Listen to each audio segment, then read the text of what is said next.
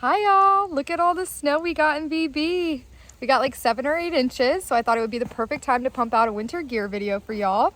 Trevor and I also decided it would be best to do separate videos, that way you don't have to watch a super long compiled video. So I'm gonna go first. I'm gonna show you everything that's gonna be in my pack for our winter start. Definitely subject to change as it warms up, but this is everything I'm starting with. I hope y'all enjoy. So I'm of course gonna start with my big 3. We're going to start with a Nemo Hornet 2-person tent. Trevor's going to carry the physical tent, and I'm going to carry the footprint and the poles. That might probably change when we bring Morty out, so we'll see. And then my pack is a Light AF full suspension 40 liter, and I worked with them to make it black and orange, my favorite. And I love the pack. I'm super happy with it.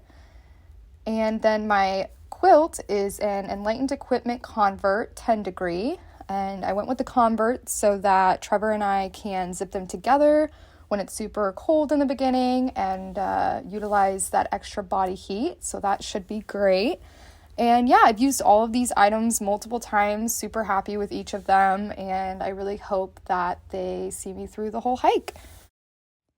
Next is my sleep system. I'm going to be using the Thermarest Neo Air X Lite sleeping pad.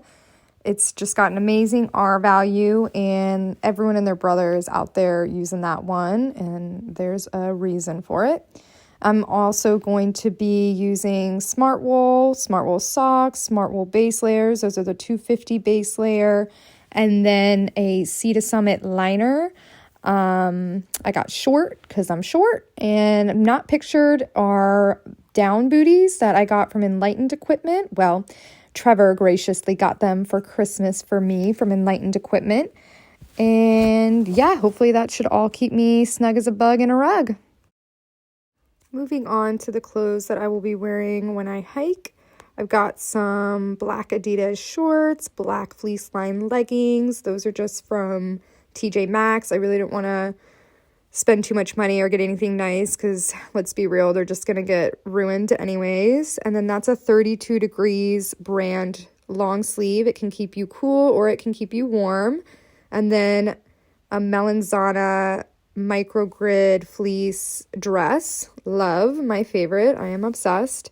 And then a Skidda hat. Love Skidda. Super stoked to have a hat that I have deemed being destroyed by trail. I have another one that I am obsessed with, but I just couldn't bring myself to ruin it. So this one I know is just a trail hat.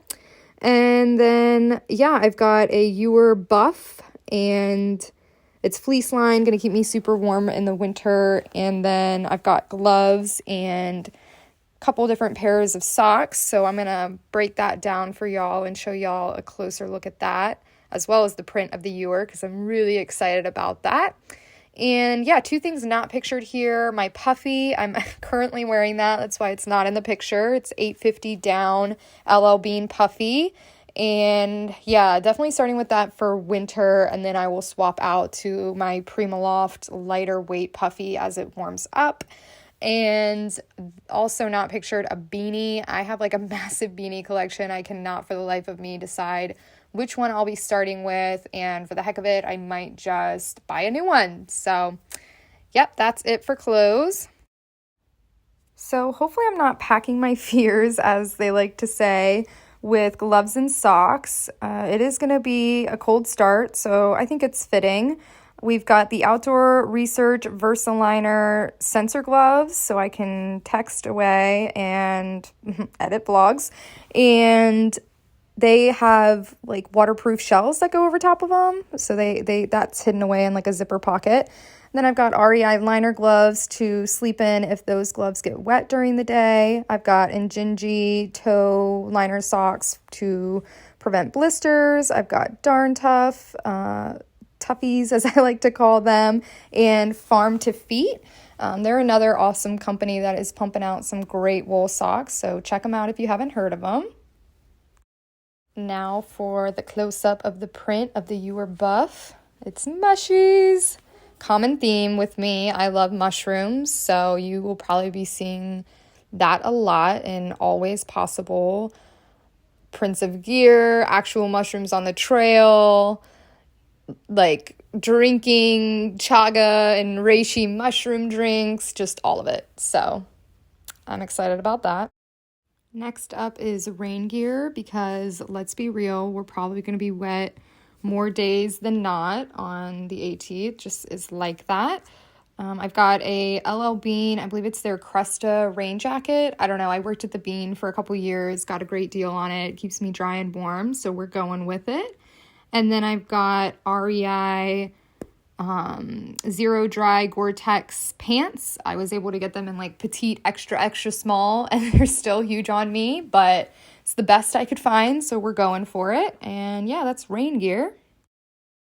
And to piggyback off of rain gear, I will be using a trash compactor bag for my quilt and other sleep system items that I want to keep dry. And then I have 2 different Hightail Design stuff sacks, one medium for my clothes and one small for my electronics. Both of those are from an artist series they did with Hannah, and I'm probably butchering this, Biamborn. She's a watercolor artist based out of Colorado, and I love the series that they did with her. I also have a Fanny from the same series, and you guys will see that coming up. Then we've got arguably the most important, but in my opinion, the hardest to nail down, footwear. So I tried so many different brands of shoes, hiked in a lot of different brands of shoes, and Hoka's were a game changer for me. They really absorb a lot of shock. They have like a huge sole, and they're just awesome. So I'm starting with Torrance because they have a little bit more traction and just a better sole, I think, for like the wintry, icy mix that we might get. And then when I inevitably blow out of those, I will go back to the Challengers that I am used to. I've got micro spikes, obviously just going to start with those as a safety measure. And then Zero Z Trails, sandals for my camp shoes. Yeah, I'm just not a Crocs girl, so that's that. This is my beloved Hightail Designs Fanny, also from the same artist series that my stuff sacks are from. It's Dyneema, tape seams, keeps everything really dry, which is great because my phone will be in there, probably my headphones, and yeah, I've tried some other fanny packs that were not that great in that regard, so I'm pretty happy about it. And inside I will have a Light AF hiker wallet, hand sani, my Benchmade knife, it's orange, my favorite, and I'll probably pop some snacks and other miscellaneous things in there. Now some luxury items. I mean, not really. Poles are definitely essential, but I'm going to be bringing a Thermarest Z-Seat, I think it's called, and a mini 6 Moon Designs umbrella. I also have the hands-free little hookups on my pack so that I don't have to hold that thing the whole time, but I thought those could be nice to have. So I clearly will not be a cold soaker, at least not to start. Feel free to try and convert me once it warms up, but until then, I am going to be one with my stove. Like hot meals, hot drinks every day, all the time. No one can convince me otherwise. So I've got my Toaks pot, my MSR pocket rocket with MSR fuel, and I think that's like a Toaks long handle spoon, and we have Sea to Summit mugs. One of them you can see is all collapsed, and then the other one's nice and big, and we're going to use those for hot drinks when we start. And also my bear bag is Light AF. It comes with like everything, the line and the rucksack and everything. And yeah, so I'm super excited about all of that. Works great for me, and can't wait to show you guys what we'll be cooking and drinking. For water, Trevor and I are both starting with Nalgene's because they are boil proof, so we can put hot drinks and hot water and keep ourselves warm. And then I'm going to also just always have a large Smart or Life water bottle as well as a small. And then a Canuck water bladder. I'm kind of bougie in that sense. I like to be able to go and fill up all my water in one foul swoop before heading to camp and have plenty of water for cooking and drinking throughout the night and not feel like I have to ration. And of course, I'll have my Sawyer squeeze and then a little connector to my Canuck bladder. That way I can gravity filter. That's just nice to do sometimes. For electronics, I've got a slew of miscellaneous cords because everything that I have is rechargeable. I may or may not regret that. I guess we'll see. But I've got MPOW, wireless headphones. I've got a little speaker. I promise not to annoy anyone with that. It's more for when I'm alone or like in hotel rooms, and I would still keep it pretty quiet. It doesn't really get that loud. I've got an Anker double port wall charger. It's supposed to like quick charge. I've got my Petzl headlamp and then an Anker portable charger. Not quite sure the specs on that, but it is covered in cute stickers, so that makes me really happy. Hygiene and First Aid. Got my trowel, hand warmers, wipes, a little brush, little razor. That toothbrush folds up to be compactable. I got like that little that green container can be used for supplements, vitamins, vitamin I, you know, that ibuprofen. I've got mini scissors, toenail clippers, tweezers, alcohol wipes, a bunch of different bandages, and also patch kits like for my Thermarest sleeping pad and for any gear that might rip, like my puffy or anything like that. I've also got an extra Sawyer squeeze ring because you can sometimes lose those. Got some hippy dippy salve that I can use for dry skin or first aid ointment, and then a Rology ball for rolling out my feet and hands and legs, all that good stuff, and some extra gallon bags for trash.